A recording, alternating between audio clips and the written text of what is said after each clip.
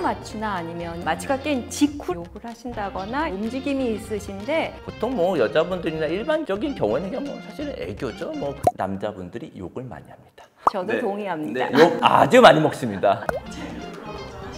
저는 그런 사람이 아니기 때문에 전혀 걱정 안 하는데.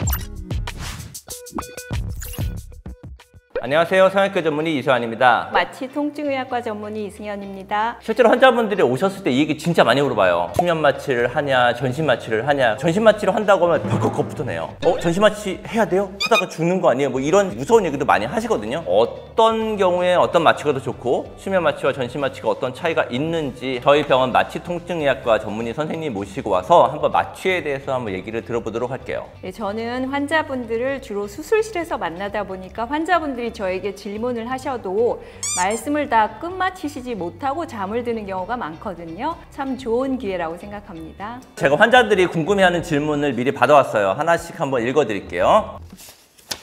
수면 마취와 전신 마취의 차이는 무엇인가요? 전신 마취는 환자분이 의식이 소실되고 자바로흡을 할 수가 없습니다. 기계 호흡을 환자분들에게 하게 되죠. 전신 마취 하게 되면 환자분들이 약간 목 아프다고 하는 얘기들을 그쵸. 조금 하는 이유가 튜브가 이제 목으로 들어가니까 어떤 유해한 자극에 대한 반응도 할 수 없고 또 근이완이 되기 때문에 환자분이 할 수 있는 건 없고요. 수면 마취는 주무시게 하니까 자바로흡을 할 수 있고 또 유해 자극에 대한 반응도 있게 됩니다. 저희는 항상 그렇게 얘기를 하거든요. 수면 마취는 아프면 움직이는데 그렇죠. 전신 마취는 아파도 움직이지가 않기 때문에 주변에 있는 구조물들이 조금 위험한 구조물들이 있었을 때 같은 경우는 전신 마취를 해야 전신 마취는 뭐 아프더라도 움직이지 않으니까 훨씬 더 안전하게 수술한다고 얘기를 하는 거죠. 아주 적절한 설명이신데요. 네네. 제가 설명할 필요가 없는데요. 수면 마취와 전신 마취 중 더 위험한 건 뭔가요? 이거 진짜 많이 물어봐요. 수술 종류에 따라서 원장님도 마취를 추천을 하시잖아요. 네네. 선택이 다른 거지 어떤 게 더 위험하다 그렇게 말씀드리기는 어렵습니다. 그럼 이제 수술에 따라 좀 다를 수는 있겠네요. 간단한 눈 수술 같은 거를 굳이 전신 마취를 할 필요도 없을 뿐더러 그렇죠. 그럴 필요는 없고 네. 안면 윤곽 수술을 네, 할 네. 경우에는 수술이 입안에서 이루어지기 때문에 네. 자바로흡 자체를 할 수가 없어요. 네, 네. 그럴 경우에는 당연히 전신 마취를 하는 게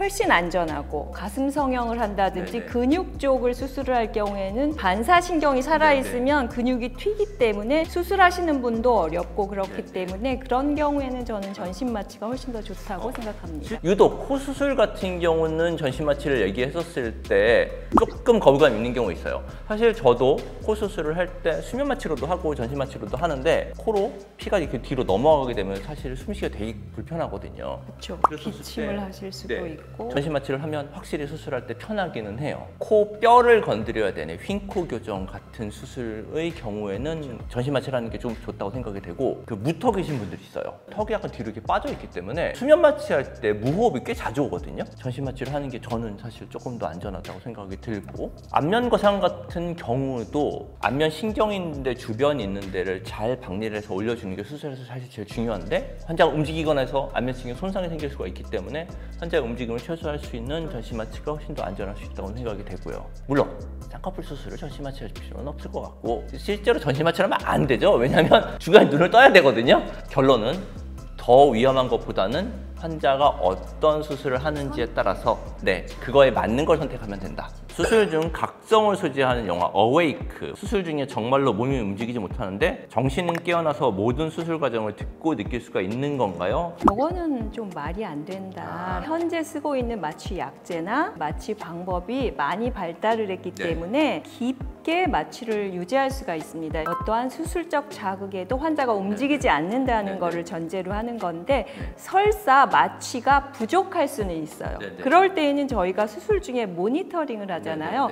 혈압이나 심박수가 올라갑니다. 그럴 때에는 마취제의 농도를 조절을 해서 그 환자분에게 맞는 마취를 하기 때문에 그 마취과 의사가 모니터를 제대로 봤다면 디텍트를 했을 거예요. 왜냐하면 반응이 있으니까 심박수가 어마어마하게 올라가고 혈압도 올라갈 텐데 제대로 된 수술이라면 저렇게 하긴 힘들다. 그렇죠.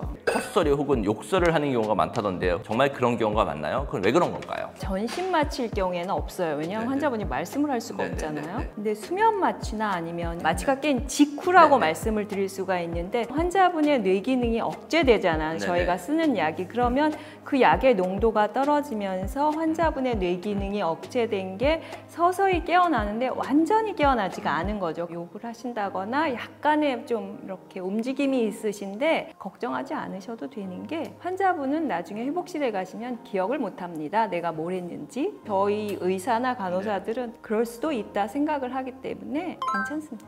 보통 뭐 여자분들이나 일반적인 경우에는 그냥 뭐 사실은 애교죠. 뭐 남자분들이 욕을 많이 합니다. 저도 동의합니다. 네, 욕 아주 많이 먹습니다. 원장님들도 수면 마취를 받아보신 경험은? 내시경할 때. 그렇죠. 수면 내시경.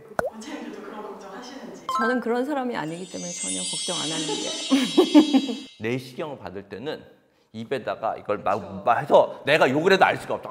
하지만 정황상 욕하는 것 같지만 욕은 아닐 거야. 마취가 과다하게 될 경우에 깨어나지 못할 수도 있나요? 저는 없다고 우선은 대답을 할 수가 있고요. 네. 보통 대기 중에 20% 정도로 산소로 숨을 쉬고 있는데 마취 중에는 33에서 50%의 위험도를 낮추기 위해서 정상보다 약간 더 높게 하고 저희는 수술 중에 산소 포화도를 계속 보고 있어요. 뇌세포가 저산소증으로 인한 비가역적인 손상을 받을 확률은 없다고 생각합니다. 환자를 일부러 안 깨우는 수술은 있어요. 그건 신경외과적 수술이기 그렇죠. 때문에 네, 저희하고는 상관이 네, 없어요. 네. 성형외과적 수술에서는 천천히 깨울 필요가 없기 때문에 빨리 깨우죠. 아주 빨리. 성형외과에 마취과 전문의가 상주해야 하는 이유는 무엇인가요? 없는 병원도 많던데요. 예민한 질문이기는 한데 저희는 있으니까요.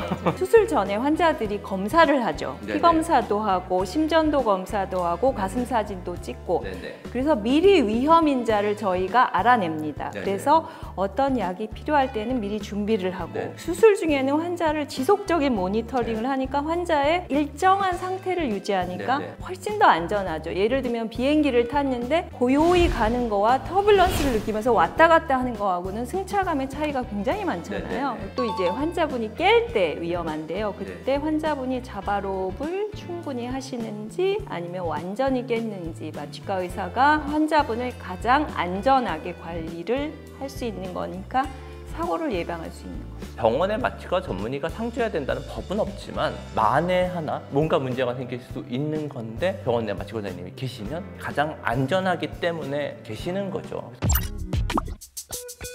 여기까지 마취에 대한 모든 질문을 해결해봤는데요. 대부분 환자분들이 궁금하시는 거에 대해서는 얘기를 해드린 것 같아요. 마취에 대해서 더 궁금한 점이 있으면 질문 남겨주시면 제가 성심껏 대답해드리겠습니다. 감사합니다. 감사합니다.